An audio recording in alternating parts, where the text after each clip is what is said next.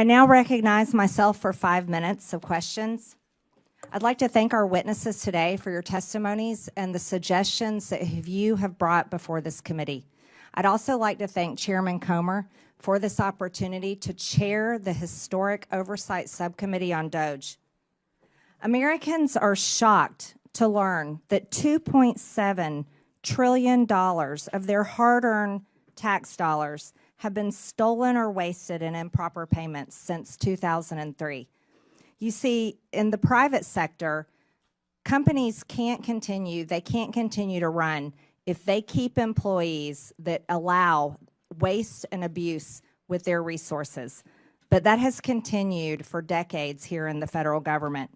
Mr. Talcove, do private sector companies have a lower rate of improper payments than the federal government? Yes, the fraud rate that the criminals are taking advantage of in the public sector is around 20%. In the private sector, it's around 3%, and it's really because the tools that are used in the private sector aren't used in the public sector. Front-end identity verification, self-certification, and then finally making sure that individuals are who they say they are. If we start using these tools, you will see the fraud rate go down dramatically, because for the most part, this fraud isn't taking place by real individuals. It's individuals whose identities have been stolen on the dark web. They use that information pretending to be somebody else, and because of the antiquated systems, processes, and technologies in place in government programs, they're able to steal at scale.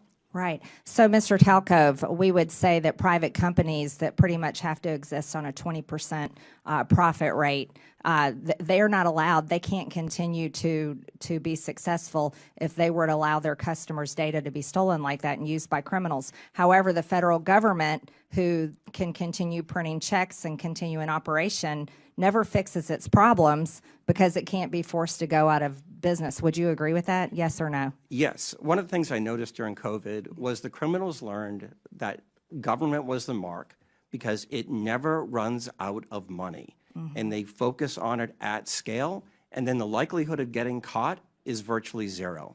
I think it's outrageous for Americans to know that their identity can be stolen and then used for child trafficking, drug trafficking, and terrorism, like you stated in your opening statement. Ms. Royal, your testimony states that many programs operate under essentially an honor system in which applicants need not verify their identity, income, residency, or other key eligibility factors. You call this a trust everyone instead of a trust by verify approach. Does this mean the federal government in some states are giving out billions of dollars to individuals without verifying who they are or whether they meet program eligibility requirements? Yes, ma'am, that's correct.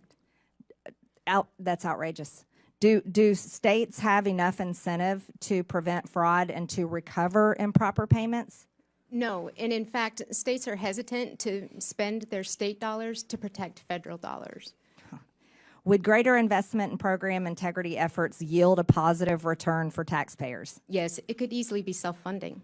Amazing. Mr. Whitson, your testimony states that both the Biden and Obama administrations issued rules and guidance that made it harder for states to verify eligibility for Medicaid.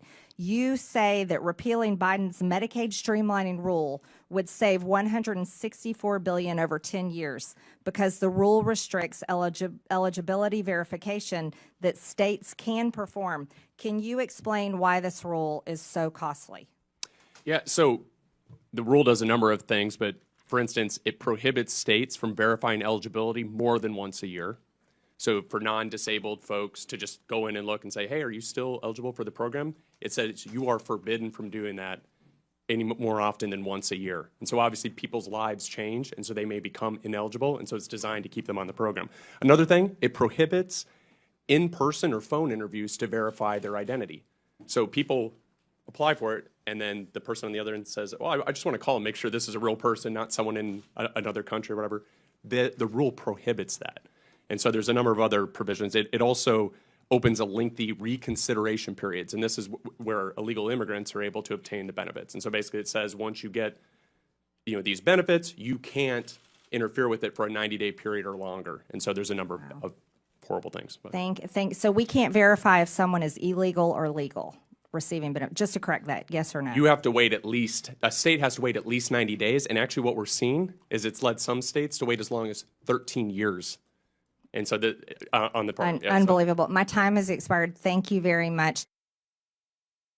I now recognize the gentlewoman from Texas, Ms. Crockett, for 5 minutes. Thank you, Madam Chair. And Mr. Talcove, I'm just going to go ahead and pick up where you left off really quickly.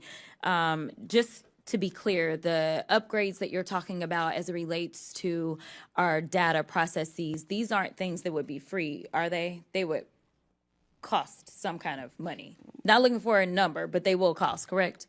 Some are free and some would cost money. Okay. All right. So I just want to leave it there because we've had a number of these hearings. So I do want to be clear, before the Trump administration came in, this committee did exist in the form of the Oversight Committee, and our task is to root out waste, fraud, and abuse. In that vein, we had a number of hearings, at least last term. I can't speak for any other term as I'm only in my sophomore term.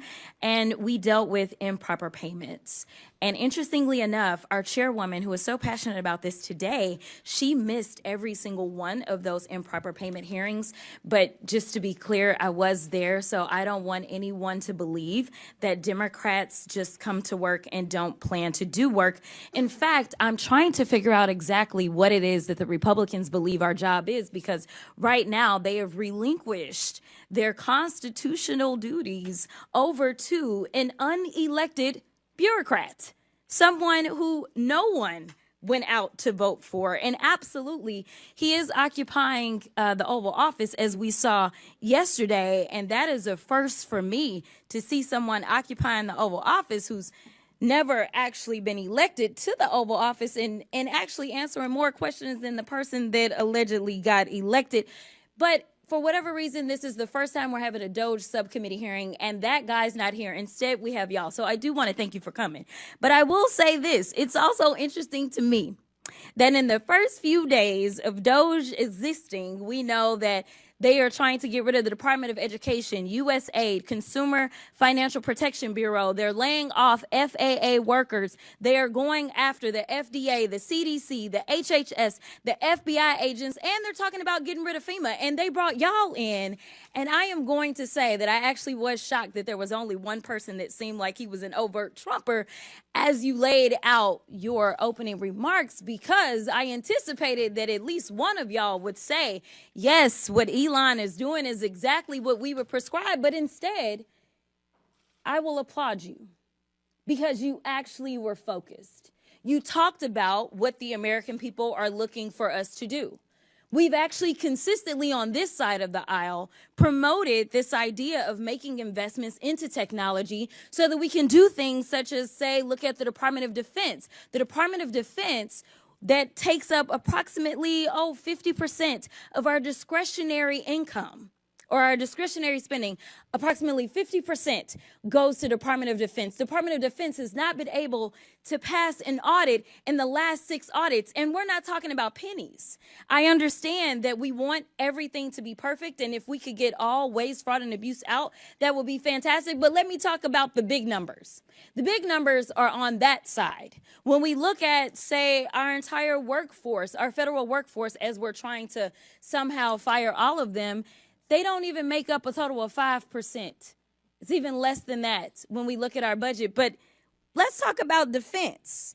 That just happens to be the same side of the ledger that Mr. Musk gets the vast majority of his money from. In fact, at the same time that they were unlawfully, and we will stay in court, because on this side, we believe in law and order. We believe in, a number of us are actually lawyers, but nevertheless, we understand the Constitution. We believe in that as well. And so there's things such as, impoundment, right? Because as Mr. Whitson said, he said, we need to return the power of the purse to Congress. It never left. According to the Constitution, that's where it's at. Now, I know that people are confused right now because for whatever reason, we had a guy that went in, and you talk about people invading our data. Listen, people said that they were upset about TikTok, but I'm upset about the guy that runs Twitter, who for sure is doing nefarious things, because I don't understand, if you were trying to conduct audits and figure out where the waste, fraud, and abuse is, I don't know why you would go to some tech guy. In fact, it was only techies that were sitting there at inauguration. We didn't have auditors. I would welcome auditors to come in and do forensic audits. In fact, he sat there in the Oval Office yesterday and he admitted that he was lying, and he was using his propaganda machine to do it when he said that we sent millions of dollars to Gaza for condoms. That was a lie. So let me tell you something. The We were gentlelady's duly time elected, has expired. And it is time for The us gentlelady's to do our time has job expired. and rein in this rogue actor known The as gentlelady's Elon time Musk. has expired. I now recognize the gentleman from Missouri, Mr. Burleson.